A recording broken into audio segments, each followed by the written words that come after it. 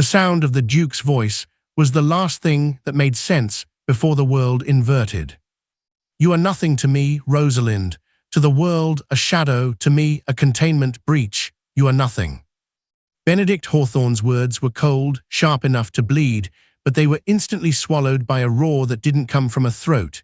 It came from the foundations of the earth. The grand ballroom of the Hawthorne estate, a masterpiece of gilded moldings and priceless frescoes, shuddered as if a giant had struck it with a hammer. Then, the weight of the world simply vanished. Gravity died. 1,000 crystal chandeliers didn't fall. They drifted upward, their glass droplets clicking together like the teeth of a shivering ghost. Guests in silks and military medals shrieked as their feet left the parquet, their bodies bobbing in the thickening air. The scent of the gala, expensive lilies and roasted duck, was incinerated by a sudden, violent surge of ozone and charred cedar. Benedict's predatory amber eyes widened, reflecting the impossible: silver forks, champagne flutes, and debris from the collapsing ceiling suspended in a swirling, slow-motion vortex. He reached out, his gloved hand clawing the air to find purchase, and his fingers clamped like a vice around Rosalind's wrist. He meant to shove her away, to cast his nothing into the maw of the storm so he could reach the safety of the lead-lined corridors. "I told you," he hissed, his face inches from hers as they drifted toward the swirling wreckage of the mezzanine. "You are an..." He jerked her arm, his thumb catching the edge of her delicate black lace glove. The fabric didn't just tear, it vaporized. The sound that followed was the scream of a dying star. From the tip of Rosalind's middle finger to the curve of her shoulder, her skin split open. It wasn't blood that seeped from the wounds, but liquid light. Her veins pulsed with a rhythmic, molten orange, the solar ember, long dormant, now feasting on the magical resonance of the gala's destruction. The lace disintegrated into gray ash, revealing the scars as what they truly were: fissures in the fabric of reality. Benedict's hand was still wrapped around her arm. He watched, paralyzed, as the glow began to eat through his own leather glove, the heat singeing the gold braid of his military tunic.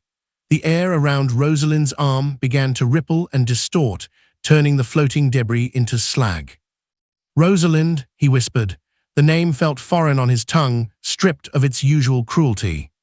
She looked at him then, her eyes no longer the dull, submissive brown of a maid. They were twin eclipses, haloed by a ring of white-hot fire. A single tear tracked down her cheek, and where it hit her glowing skin, it turned instantly to steam. "You were right, Grace," she rasped, her voice vibrating with 1,000 frequencies. "I am nothing, because I am about to be everything." The room groaned as the mana bomb outside reached its final cycle. A massive chunk of the marble balcony tore free, hurtling through the air toward the Duke's head. In one fluid, terrifying motion, Rosalind raised her glowing arm. She didn't strike the marble, she simply existed near it. The stone turned to white-hot dust before it could touch his hair. Benedict felt a primal, bone-deep terror he had never known in battle. He was the grand extinguisher, the man who hunted monsters, but he realized with a sickening jolt that he wasn't holding a woman or a weapon. He was holding a son that had finally run out of patience. "Hold on," she commanded. It wasn't a plea, it was a physical force that knocked the breath from his lungs. The orange veins beneath her skin flared with blinding intensity, and the vortex of the ballroom suddenly centered entirely on her. The floating debris, the gold, the glass, the bodies of the screaming elite, was repelled by a shockwave of heat that sent Benedict slamming into the only standing pillar left. He clung to her, his fingers burning, his eyes streaming from the brilliance. He looked at the girl he had treated as a disposable shadow for 3 years and saw the abyss looking back.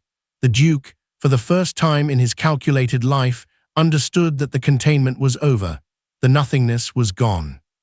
The world was about to burn, and he was the only thing tethering the fire to the earth. The light from her arm was too bright, a jagged memory of a sun that didn't belong in the dark, and as the heat began to blister the air of the ruined ballroom, Benedict's mind was shoved backward into the suffocating silence of the past. Before the explosions, before the gravity died, there had been the cage. He remembered the day he had saved her from the pyre in the northern wastes. She had been 13, a shivering bird of a girl standing amidst the charred ribs of her family's cottage. Even then, the orange light had been leaking through her skin, threatening to ignite the very snow she stood upon. Benedict had not reached for her with a father's hand, but with the iron shackles of the grand extinguisher. He had called it mercy. The world would have seen her as a demon to be butchered. He saw her as a curiosity to be shelved. The golden cage was located in the sublevels of the Hawthorne estate, a room where the air always tasted of cold metal and ancient oceans. The walls were thick slabs of lead, etched with sigils of suppression and lined with floor-to-ceiling drifts of consecrated salt. It was a room designed to drown out the soul. Benedict would visit her every evening, his boots clicking rhythmically against the stone, a sound that became the only heartbeat Rosalind knew. He would stand behind a reinforced glass partition, watching her as one might watch a viper in a jar. She was never allowed to touch anything organic. Her bed was a cot of cold iron. Her clothes were woven from fire-retardant asbestos silk. "Keep your hands folded, Rosalind," he would say, his voice echoing through the silver vents. "If you let the glow touch the salt, it will sting. If you let it touch me, I will have to put you down." He remembered the way she would look at him, those wide, hollow brown eyes pleading for a scrap of humanity that he refused to provide. Once, she had pressed her palm against the glass, the black lace of her glove, specially treated to dampen her resonance, stretching thin. A faint orange pulse had throbbed beneath the fabric, making the glass groan and crack. Benedict hadn't flinched. He had simply tapped the glass with his gold-tipped cane, a sharp, metallic clack that made her flinch away. "You are a volatile variable, child. My mercy is the only thing keeping your heart beating. Do not mistake my presence for affection. You are here because I am the only man with a cage strong enough to hold you." He had treated her like a dangerous pet, bringing her books she wasn't allowed to keep and food she had to eat with wooden spoons that eventually charred in her grip. He had watched her grow from a terrified child into a silent, haunting woman, all while reinforcing the lie that she was nothing without his walls. He had convinced himself that by dehumanizing her, he was protecting the realm. He had told her that her power was a sickness, a radioactive rot that would consume her if she ever dared to feel, to scream, or to love. In that room, Benedict was a god, and Rosalind was his beautiful, terrifying secret. He had taught her to hide her hands, to lower her gaze, and to believe that the black lace was the only thing standing between her and execution. But now, as the lead-lined memories shattered against the reality of the burning ballroom, Benedict felt the agonizing heat of the truth. The salt had been washed away by the blood of his guests. The lead walls had been peeled back by the iron veil's treason. And the girl, the quiet, broken thing he thought he had mastered, was no longer folded neatly in a corner. The cage was gone. The pet was a goddess. And as Benedict clung to her glowing arm in the wreckage of his pride, he realized the most terrifying thing of all. He had never been her master. He had merely been the man standing too close to a volcano, foolishly believing he could tell the lava where to flow. The transition from memory to carnage was a violent wrench of the soul. The silence of the golden cage died, replaced by the shrieking of metal and the rhythmic, unnatural thrumming of a machine that shouldn't exist. Benedict shook the ash from his hair, his amber eyes scanning the suspended wreckage of the ballroom. Through the haze of pulverized marble and the orange glare of Rosalind's arm, he saw them. They didn't look like assassins. They looked like engineers of the apocalypse. 6 figures in long, charcoal-gray coats stood at the perimeter of the room, their faces hidden behind masks of polished brass and tinted glass. They weren't brandishing swords. They carried heavy, circular resonators that hummed with a low, bone-shaking vibration. "The iron veil," Benedict spat, his voice a jagged rasp. He tightened his grip on Rosalind, pulling her behind the jagged remains of a fallen marble pillar. They hadn't come for his head. He saw it in the way their resonators were calibrated, not aimed at his heart, but tuned to the frequency of the light pulsing beneath Rosalind's skin. The air began to whine, a high-pitched, crystalline sound that set Benedict's teeth on edge. It was a resonance frequency, a targeted sonic strike designed to destabilize magical cores. They didn't want to kill the Duke. They wanted to force Rosalind into a total thermal runaway. They wanted to turn his maid into a localized supernova that would level the city. "Rosalind, look at me," Benedict commanded, grabbing her shoulders. She was vibrating. Her skin was no longer just glowing, it was beginning to hum in harmony with the iron veil's machines. The cracks of light on her arm were widening, shedding sparks that ate holes through the floorboards. Her breath came in short, jagged gasps of steam. "I can't hold it," she whispered, her eyes unfocused and swimming with liquid fire. "The sound, it's pulling the heat out of me." "Fight it," he hissed, though he knew the futility of the words. He looked up as the lead assassin stepped forward, adjusting a brass dial on his chest. The whine intensified, shifting into a roar that made the floating debris shatter into fine powder. The Duke realized then that his military-grade extinguisher training was useless against a frequency. He could parry a blade, but he couldn't parry a sound wave. He watched in horror as Rosalind's chest began to glow through her dark teal dress, the solar ember rising from her arm to her heart. If it reached her core, the Gala of Ash wouldn't just be a name, it would be a historical footnote of a crater where Yorkshire used to be. "Target the girl," the lead assassin shouted, his voice amplified by the brass mask. "Increase the pitch, we need the rupture." Benedict felt the heat radiating from Rosalind's skin begin to blister his own palms. He should have run. Every instinct honed by years of suppression told him to put a bullet in her head to stop the reaction. That was the protocol. That was the mercy he had practiced. Instead, he stepped into the light. He threw his crimson-lined cloak over her, trying to muffle the sound, trying to shield her body with his own. He felt the vibration of the machines rattling his very ribs, a mechanical pulse that demanded she explode. "You are nothing," he whispered into her ear, his voice breaking as the heat singed his beard. "You are nothing but a girl, Rosalind. Don't let them turn you into their weapon. Stay small, stay with me." It was a lie, a desperate, selfish lie, but it was the only anchor he had.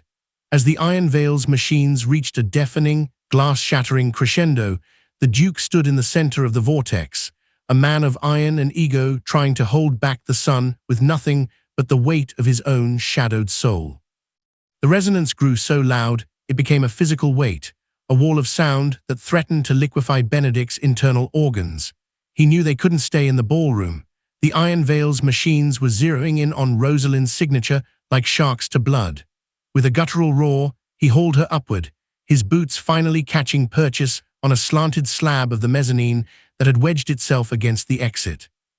"Run," he barked, though it was more of a desperate scramble. They burst into the grand gallery, but the sanctuary of the manor had vanished. The atmospheric pressure from Rosalind's destabilizing core was so intense that the very architecture was undergoing a terrifying alchemy.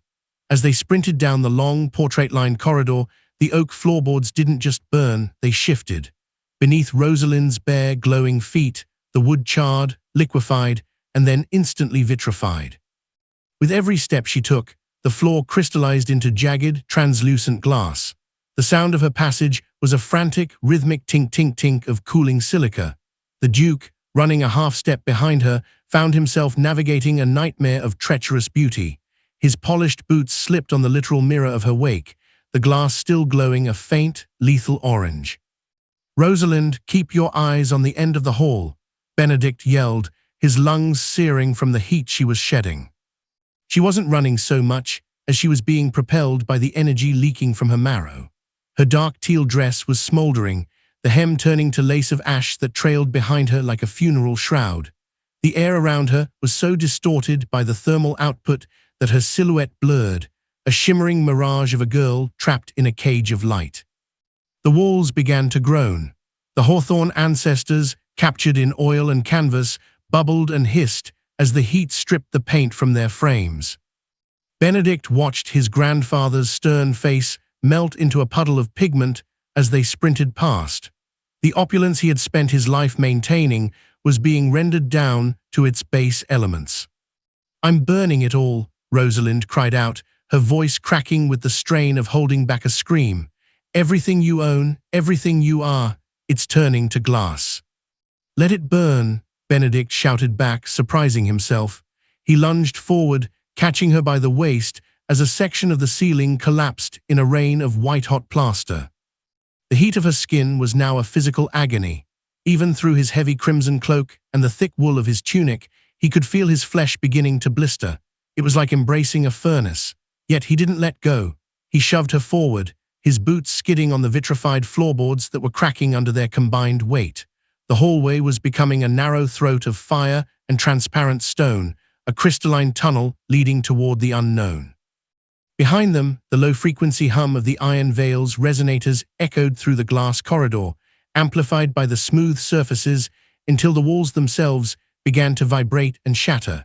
Shards of floor glass erupted like frozen geysers.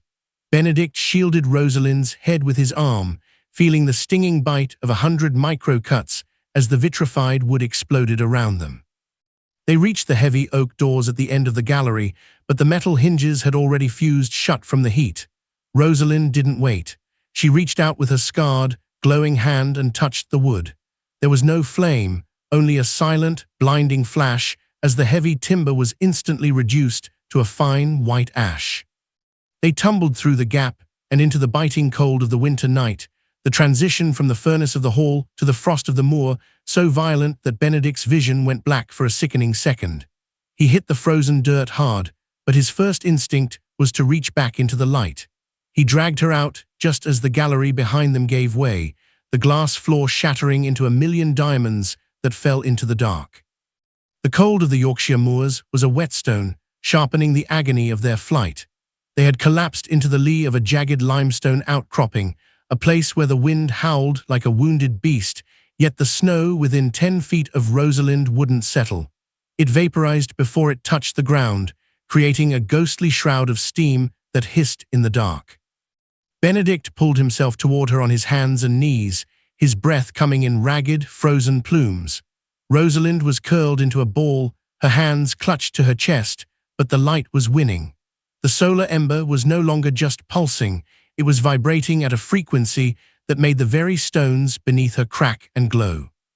Her teal dress was a scorched rag, and her skin, that delicate, pale skin he had once looked upon with such clinical detachment, was now a map of molten tectonic plates. "Rosalind," he gasped, reaching for her. "Don't," she shrieked, the sound echoing with a metallic resonance. "I'll melt the marrow in your bones, Benedict. Run, please, just let me go out." He looked at her, and for the first time in his life, the Grand Extinguisher didn't see a containment breach. He saw a girl who had spent a decade in a lead-lined cage to protect a world that hated her. He saw the scars he had permitted, the silence he had enforced, and the lonely, burning heart of a woman who was tired of being a monster. He knew what had to be done. It was the ultimate heresy for his order, the blood bind. It was a ritual scrubbed from the official records, a forbidden bridge between the human and the hollow. It was designed to balance the scales of a magical overload by splitting the burden between two souls. But the price was steep. The binder would take half the agony, half the fire, and forever forfeit their humanity. "I am not leaving you to burn," Benedict said, his voice dropping to a low, predatory growl. He unsheathed his ceremonial dagger, the steel glinting in the orange glare. With a steady hand, he sliced a deep furrow across his own palm. The blood was dark, nearly black in the magical light. He didn't wait for her consent. He grabbed her scarred wrist, forcing his bleeding palm against the white-hot fissure of her arm. The scream that tore from his throat wasn't human. It felt as though he had plunged his arm into the heart of a forge. The solar ember didn't just transfer, it invaded. He felt his own blood begin to boil in his veins, his nerves charring as the liquid sun poured across the bridge of their joined hands. The agony was a physical weight, pressing him into the frozen earth, but he didn't let go. He laced his fingers through hers, skin to skin, wound to wound. "Give it to me," he wheezed through clenched teeth. "Half of it, Rosalind, give me the fire." The air around them exploded in a silent shockwave of gold. Benedict felt his vision shatter. The amber of his eyes, the proud, sharp gaze of the Hawthorne line began to bleed away, replaced by a terrifying, rhythmic orange glow. The heat surged up his arm, over his shoulder, and settled behind his ribs like a living coal. Slowly, the violent thrumming in the air began to settle. The steam dissipated. The white-hot cracks on Rosalind's skin faded to a dull, manageable copper. Her breathing slowed, the jagged gasps smoothing into a rhythmic rise and fall. She looked up at him, her eyes wide with a mixture of horror and awe. Benedict let go of her hand, falling back against the cold stone. He looked down at his own arm. Fine, glowing orange veins now traced a path from his palm to his chest, pulsing in perfect synchronization with hers. He blinked, and the world was no longer dark. It was a spectrum of heat and energy. He could see the warmth of the earth, the vibration of the wind, and the terrifyingly beautiful aura of the woman beside him. He raised his head, and Rosalind gasped, recoiling slightly. His amber eyes were gone. In their place were two burning orbs of liquid sun, glowing with the same ancient, dangerous light that had once been her burden alone. "What have you done?" she whispered, her voice trembling. Benedict felt the fire behind his ribs, a hungry, predatory heat that would never truly go out. He touched his face, feeling the warmth radiating from his own skin. He had spent his life extinguishing the light. Now he was the lantern. "I've balanced the scales," he said, his voice sounding like the low roar of a distant furnace. "And if we're going to be devils, Rosalind, we might as well be the ones who rule the hell they've built for us." The biting wind of the moors did nothing to cool the fire now singing beneath Benedict's skin. The blood bind had stabilized Rosalind, but it had also turned the Duke into a beacon. As they staggered through the waist-high heather, the night was no longer black, to Benedict's new, sun-scorched eyes. The world was a map of thermal signatures. He could see the warmth of a huddling grouse 100 yards away, and more importantly, he could see the cold, blue-white light of approaching steel. "We have to move," Benedict rasped, his voice vibrating with a metallic timbre. He looked back toward the horizon, where the Hawthorne estate was a glowing pyre against the clouds. Small flickering lights were detached from the main conflagration, torches and mag-lanterns. His own men. The extinguishers were a corps of elite hunters he had hand-trained to be heartless, efficient, and utterly loyal to the Crown's mandate. In the eyes of the law, the moment Benedict had performed the blood bind, he had ceased to be a duke and had become a target. He was no longer the hunter, he was the heresy. "They're coming for me, aren't they?" Rosalind asked. She leaned heavily against him, her steps unsteady. The glow in her veins was dim, shadowed by the burden Benedict had siphoned into his own soul. "No," Benedict said, his orange eyes tracking a line of horses galloping along the ridge to the west. "They're coming for us. To them, I am a traitor who has been infected by the source. They won't ask questions. They'll use the silver-tipped bolts." A sharp, whistling sound sliced through the air, followed by a dull thud. A heavy crossbow bolt buried itself in the peat just inches from Benedict's boot. The shaft was etched with suppression runes that hissed as they came into contact with the heat radiating from his body. "Spread out, circle the heat signature." The command echoed across the moor, carried by the wind. Benedict recognized the voice. It was Captain Thorne, his second-in-command, a man who had shared Benedict's brandy just 3 nights ago. Now Thorne was calling for a kill circle. Benedict grabbed Rosalind's hand, his glowing fingers interlacing with hers. The contact didn't burn this time, it felt like a circuit being completed. "Rosalind, listen to me. They think they are hunting a maid and a disgraced duke. They don't realize they are hunting a storm." "I can't fight them, Benedict," she whispered, her face pale in the moonlight. "I don't want to kill them." "Then don't," he said, his gaze hardening as he watched the blue-white ghosts of the extinguishers close in through the mist. "Just give me your hand, let the bind do the rest." He didn't wait for her to understand. He drew the heat from behind his ribs, channeling it through his arm and into the earth. The frost-covered heather ignited instantly, not in a fire, but in a wall of shimmering, distorted air. As the first line of extinguishers crested the hill, their silhouettes stark against the moon, Benedict let out a low, resonant hum. The earth groaned.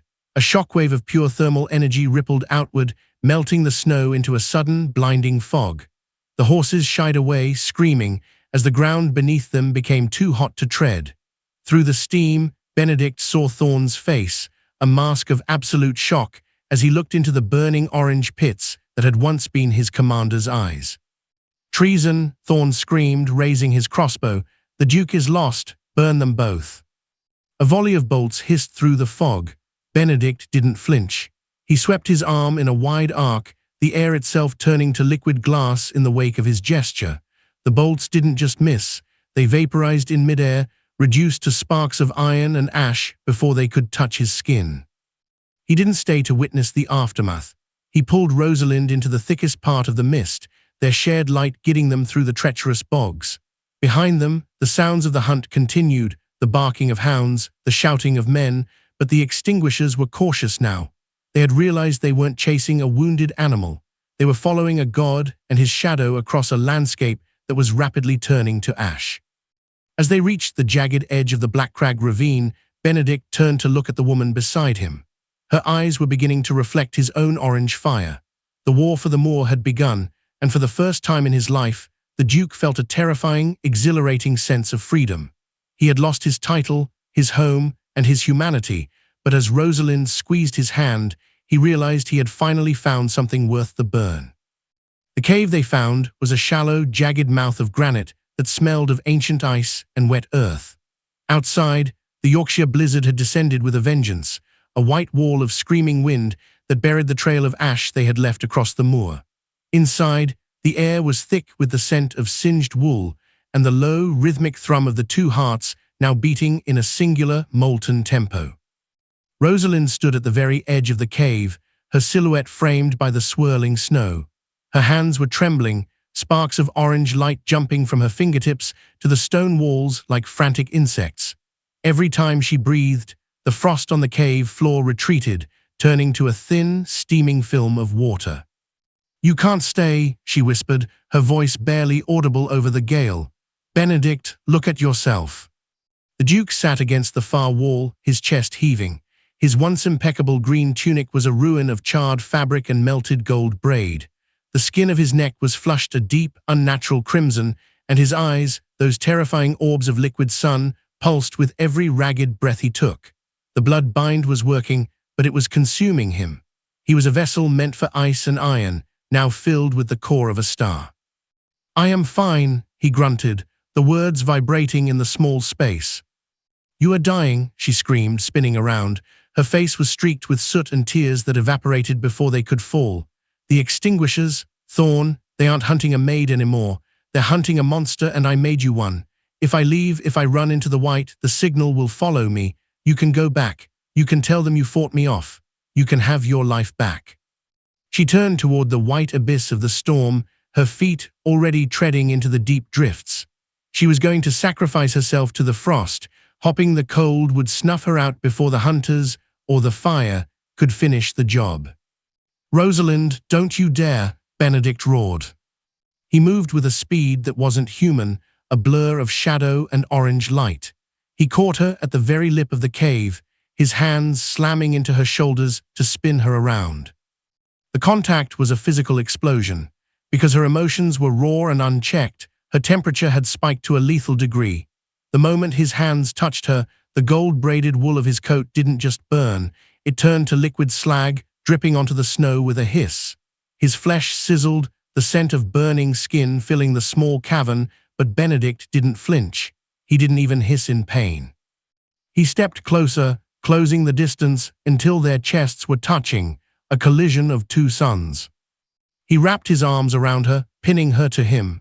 The heat was so intense the air between them began to glow violet, the oxygen itself screaming as it was consumed. "Let me go," she sobbed, pushing against his chest. Her palms were white-hot, melting the remaining buttons of his tunic, searing her mark into the muscles of his chest. "I'm killing you. I'm melting the very heart out of you." "Then let it melt," he growled into her ear, his voice thick with a sudden, agonizing intimacy. He buried his face in the crook of her neck, ignoring the way her skin felt like a branding iron against his cheek. "I spent 30 years as a man of stone, Rosalind. I lived in a palace of ice, presiding over a world of grey. I would rather burn to ash in your arms than spend another second in the cold." Rosalind froze, her hands still pressed against his searing chest. The frantic pulsing of her light began to slow, the jagged orange cracks on her skin softening into a deep, rhythmic amber. She felt the vibration of his heartbeat, his new, stolen heartbeat thudding against her own. It was a terrifying, beautiful harmony. The Duke pulled back just enough to look into her eyes. He was scarred. The touch of her hands had left permanent, glowing marks across his shoulders and chest, a map of her power etched into his flesh. He looked like a man who had walked through a furnace and decided he liked the heat. "You are not a monster to be managed," he whispered, his orange eyes boring into hers. "And I am no longer a duke to be obeyed. We are the same now, Rosalind, bound by blood and fire. If you run, I run. If you burn, I burn." He reached up, his fingers, marked with the same glowing veins as hers, brushing a stray, scorched hair from her forehead. For the first time, there was no lace between them, no lead walls, no salt, just the terrifying, lethal warmth of two souls who had finally found the only other person in the world who wouldn't break at their touch. Outside, the storm howled, but inside the small circle of their embrace, the snow had stopped falling. It couldn't survive the heat of a man who had finally decided that some things were worth the destruction of the world.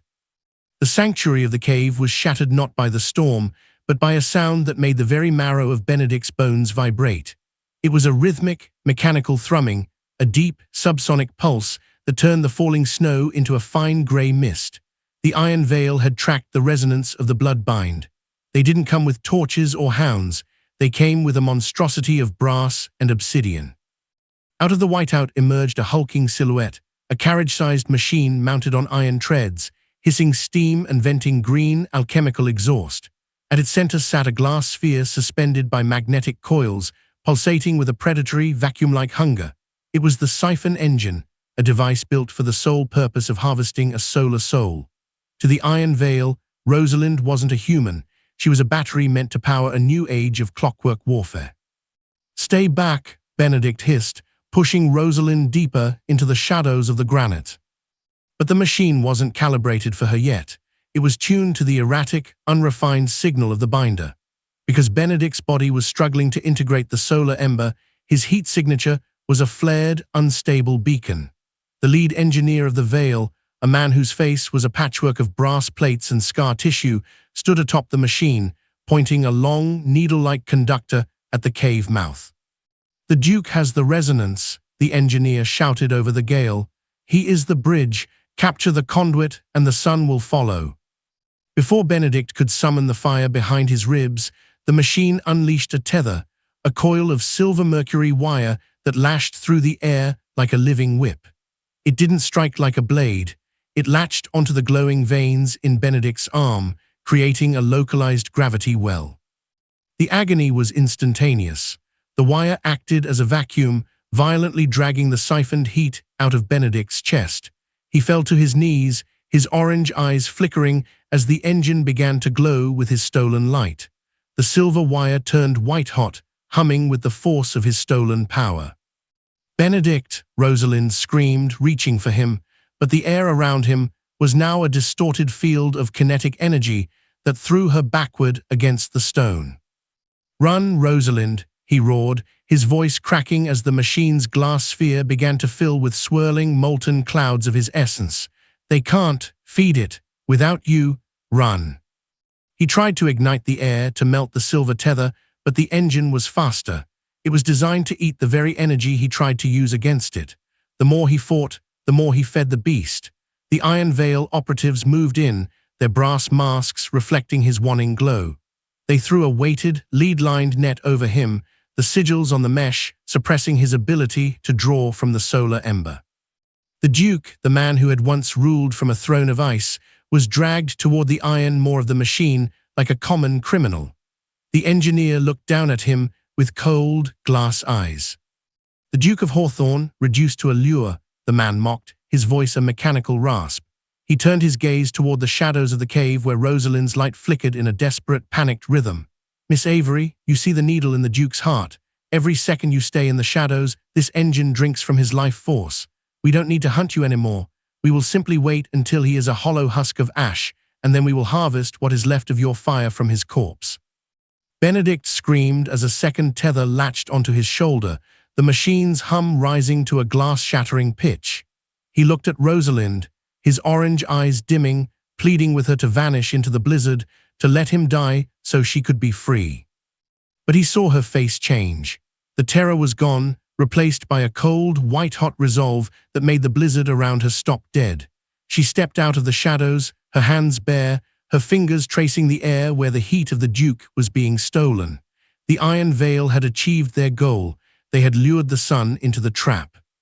"Let him go," she said, her voice sounding like the first crack of thunder before a storm. The engineer laughed, a hollow sound of grinding gears. "Come and stop us, little maid. Step into the engine. Give us the soul we've traveled across the world to claim." Rosalind didn't run. She walked toward the hissing machine, her skin beginning to bloom with a light so intense it turned the falling snow into a rain of diamonds. She wasn't walking to her death. She was walking toward her awakening. The snow did not melt as Rosalind stepped from the cave. It ceased to exist. She walked with a terrifying, deliberate grace, her bare feet pressing into the frozen earth and leaving behind footprints of glowing glass. The Iron Veil engineers tightened their grip on their resonators, but for the first time, the brass masks couldn't hide their hesitation. The woman approaching them was no longer the trembling servant they had tracked across the moors. She was a revelation. The lace gloves were gone, vaporized by the sheer pressure of the solar ember. The light was no longer confined to her hands. It had surged upward, a rising tide of molten gold that traced the path of her veins across her throat and over her collarbones. Her entire upper body was a map of the sun, a network of white-hot fissures that turned her dark teal dress into a smoldering ruin. The air around her didn't just heat, it screamed. A halo of violet-white plasma shimmered inches from her skin, a protective sheath of energy that turned the freezing wind into a warm, dead calm. "Release him," she said. Her voice wasn't loud, yet it vibrated in the chests of every man present, a low-frequency hum that made the silver mercury tethers of the siphon engine shudder. The lead engineer, his brass-plated face glinting in her terrifying radiance, slammed a lever on the machine. "Increase the intake, draw from the source directly. If she wants to be a goddess, let her feed the world." The engine roared. The silver wires lashed out from the machine like the tongues of vipers, lancing toward Rosalind's chest. Benedict, pinned beneath the lead-lined net, let out a strangled cry as he watched the tethers strike her, but there was no agony. Rosalind didn't flinch. She caught the silver wires in her bare hands. The sound was like a hammer hitting a bell made of glass. The mercury silver of the tethers, designed to siphon energy, instantly turned to steam. The backflow of power was so violent that the siphon engine's glass sphere didn't just fill, it shattered. The solar soul they sought to harvest was too vast for their vessels, too hungry for their cages. "You wanted the sun," Rosalind whispered, her eyes now two blinding points of infinite light. "Now you have it." She reached out, her fingers splaying wide. A shockwave of pure thermal radiation erupted from her center. It wasn't fire, it was the absence of cold. The iron treads of the machine turned red, then white, then began to sag like wax. The lead-lined net over Benedict vaporized into a gray mist. The suppression sigils burned away by a power that didn't care about the laws of man. The Iron Veil operatives fell back, their heavy coats catching fire, their brass masks melting onto their faces. They had spent decades building a machine to capture a god, never realizing that a god is not a battery. A god is an end. Rosalind moved through the enemy camp like a phantom of the apocalypse. Everywhere she walked, the ground vitrified. She didn't strike at the men, she simply moved past them, and the sheer atmospheric pressure of her presence threw them into the snow like discarded dolls. The conductor needles, the resonators, the obsidian coils, everything the veil had brought to enslave her was reduced to molten slag in her wake. She reached the heart of the engine, where the lead engineer stood paralyzed, his goggles cracking from the heat. Rosalind didn't touch him. She simply looked at him. The brass plates on his face began to glow a dull, cherry red. "The Duke called me nothing," she said, her voice echoing with the power of 1,000 furnaces. "You called me a weapon, you were both wrong." With a flick of her wrist, the siphon engine, a marvel of a century of dark science, exploded, not in a rain of shrapnel, but in a silent, blinding burst of golden dust. The shockwave leveled the remaining trees on the ridge and sent a pillar of fire into the midnight sky that could be seen from the coast.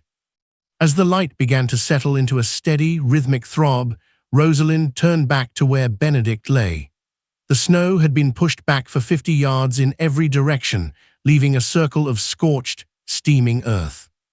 She stood amidst the ruin she had created, her skin a map of liquid sun, her hair floating in the static-charged air. She was no longer a maid. She was no longer a victim.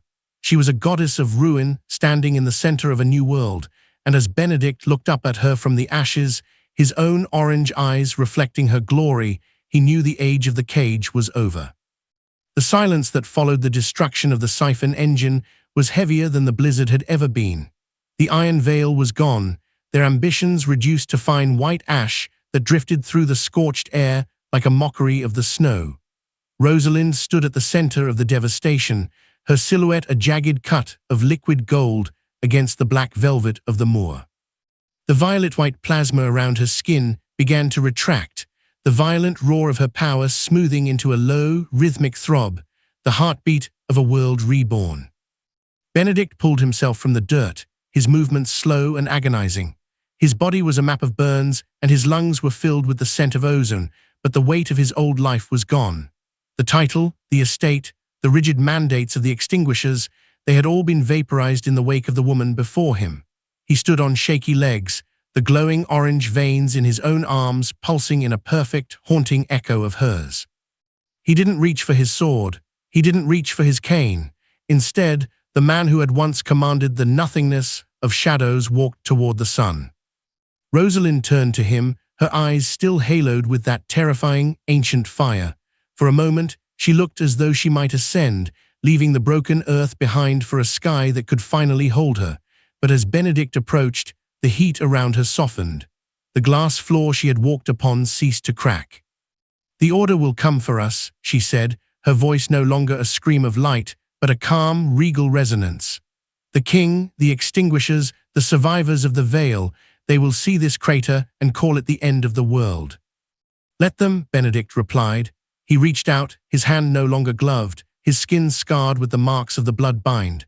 He didn't flinch as he touched her cheek, his fingers tracing the glowing fissure that ran along her jawline. "They lived in a world built on lead and salt, Rosalind. They built a kingdom on the lie that fire can be caged. That world is already dead. You didn't just save me, you incinerated their illusions." He lowered himself then, not out of defeat, but out of a profound, shattering reverence. The Duke of Hawthorne, the Grand Extinguisher, knelt in the vitrified ash at the feet of the woman he had once called a shadow. It was a silent coronation. He wasn't kneeling to a maid, nor a monster, but to a sovereign. "I have spent my life hunting the light," he whispered, looking up at her with eyes that would forever burn with her stolen embers. "Now, I will be the first to follow it." Rosalind reached down, her warm, glowing fingers lacing through his. She pulled him up to stand beside her, and together they looked out over the horizon.